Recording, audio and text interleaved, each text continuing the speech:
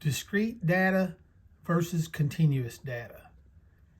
We have two kinds of data that we are confronted with. Discrete data is data that can be counted, like 1, 2, 3, 4, 5, and so on. Like, how many hamburgers did you eat Thursday? How many hamburgers did you eat Friday? It's either 1, 2, 3, or 4. It's not going to be 2.67. That's a continuous measure. Data that can be measured, like x has to be greater than 2, like 2.4, 2.57, 2.63. It's not just whole numbers. Usually discrete data is whole numbers where you're counting, and continuous data is measured.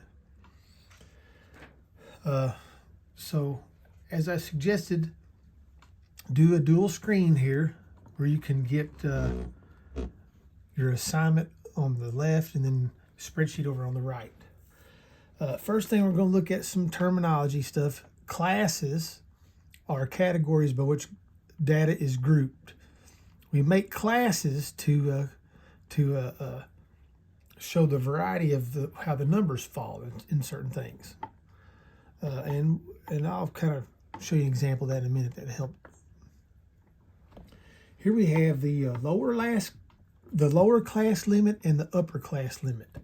Each class has a lower and an upper, and that separates into categories or classes. And the class width is the difference between consecutive lower class limits. Let me get to one of these here. Well, real quick, here's some questions about discrete or continuous. Like right here, the number of beats in a song. Well, that has to be discrete because you can count those. The weight of gravel in a pile. Now we're looking at something that's continuous because you can't really just count that. You have to measure it. And there's a few of those. Let me skip through these. All right. We're looking here at bar graphs and histograms. Now, we talked about bar graphs already, but histogram is when you have a bar graph and all the bars are like smashed together. And so the bars on bar graph do not touch while the bars of a histogram do touch. That's the difference between a bar graph and a histogram. And we're going to look at some histograms today. Here's a question here. Describe the shape of this distribution. And normally when you have a distribution, it forms a bell. So like here's a bell shape that it kind of makes. This one here, it kind of has a tail over here to the right. So we would call that skewed to the right because it has a tail over here to the right side. It's not necessarily symmetric. This side doesn't go down to kind of mirror image that one. So this is skewed to the right because of the tail to the right. Here's a histogram. You can see all the bars here, but notice how the shape of this, it has a tail to the right again. So this is skewed to the right. And now here's one that kind of looks symmetric. This looks symmetric, and so it's symmetric and bell-shaped.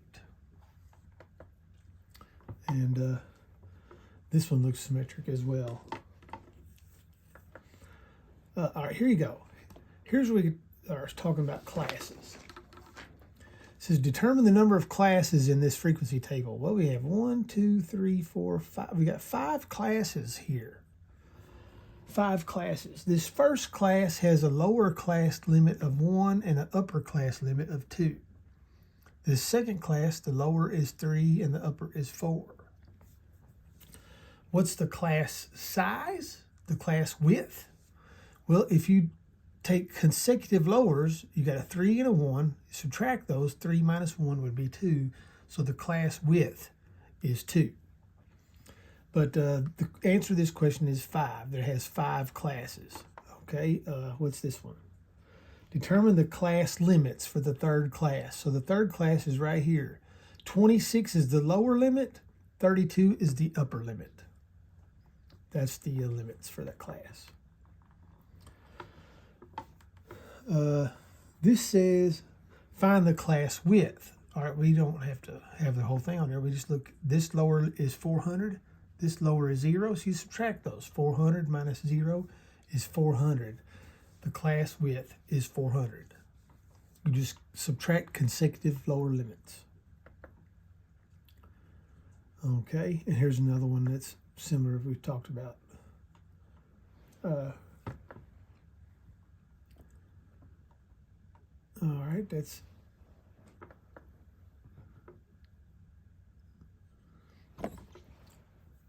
all right. I think this is the one I was wanting to do right here. Okay, this says this data on the right here, it has 4 classes. So you see 1, 2, 3, 4 classes.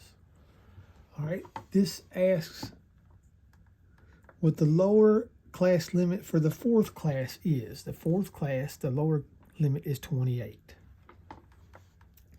It says what's the upper limit for the 4th class? Well, that'd be 33.9. What's the class width? Well, if I just do 16 minus 10, that's 6. See, 22 minus 16 is 6. 28 minus 22 is 6. That's the class width. Okay. All right, now, and here's some more same kind of questions about, okay.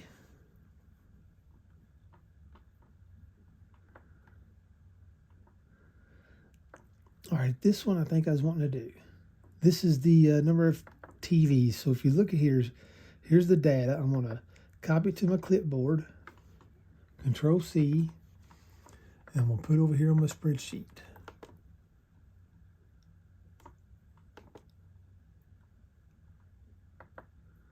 There we go. These are the number of TVs in households. It says a researcher wanted to determine the number of televisions in a household. He conducts a survey of 40 randomly selected households. So here they are over here. Now what we want to do first is we want to sort them. So I'm going to highlight it there. I'm going to make my screen big so I can get to my sort button. Right here it is. And I'm just going to go from smallest to largest. And there you go. Okay, now it's asking if this is discrete or continuous. Well, you can count it. You either have 1 TV, you got 2 or 3. You can't have 2.7 TVs. So this is discrete. Okay, this data is discrete. Now it says construct a frequency table. So you can see our frequency table here. So I put them in order. I've got 2 zeros. 1, it looks like, oh, there's a bunch of 1s. So if I go to the last one, which is 17, subtract the one before the first one, which here's the first one, so I subtract 2. 17 minus 2 is 15. Okay, let's see if we can bring this down a little bit. Look at my 2's here, got several 2's. The last one's 29, the first one's 18, so I subtract 17.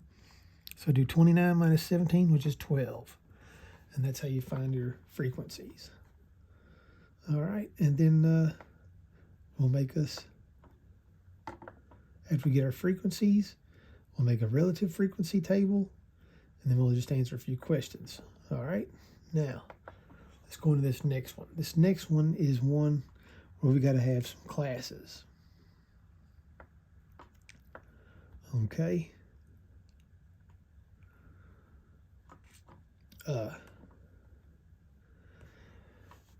We've got this data here. This is shows the tax in dollars on a pack of cigarettes in 30 randomly selected cities. So if we look at the data here, here's all the taxes on cigarettes.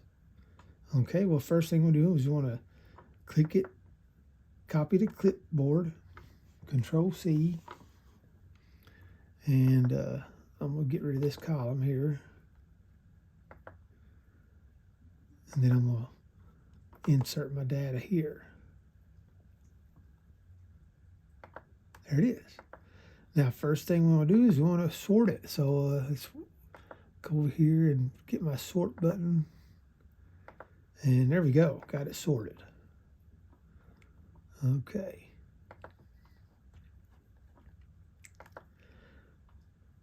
Now, this says construct a frequency distribution.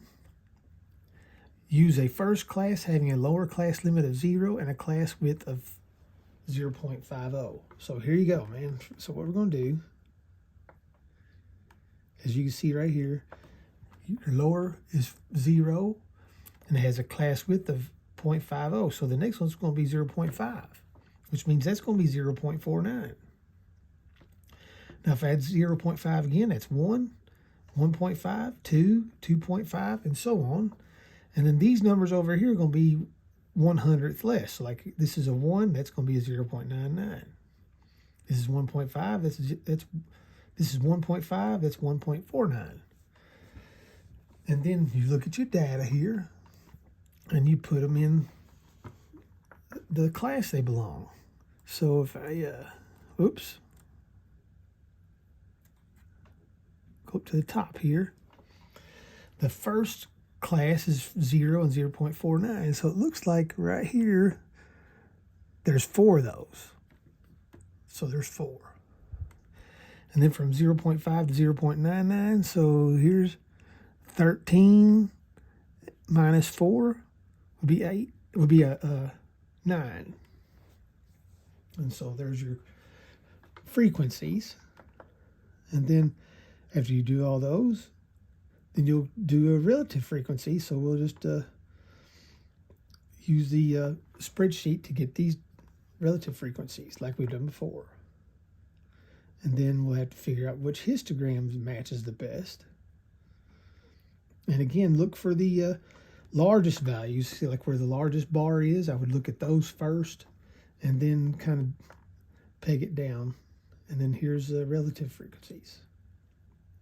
And it's asking if it's what the distribution looks like, the shape, and it looks like it's skewed right. If you look at this, here's the answer here, and you can see how it's got a tail over here to the right, so it's skewed right.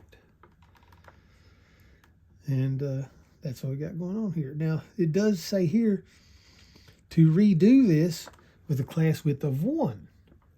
So that means you'll have 0, then you'll have 1, and 2, and 3. And of course, if that's 1, that's 0.99 there. And if that's 2, then that's 1.99 there. And then fill in your frequencies and stuff.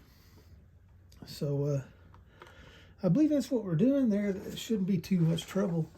We're looking at discrete data versus continuous data. If you have any questions, just let me know. I'll try to help you all I can. Have a good rest of the day.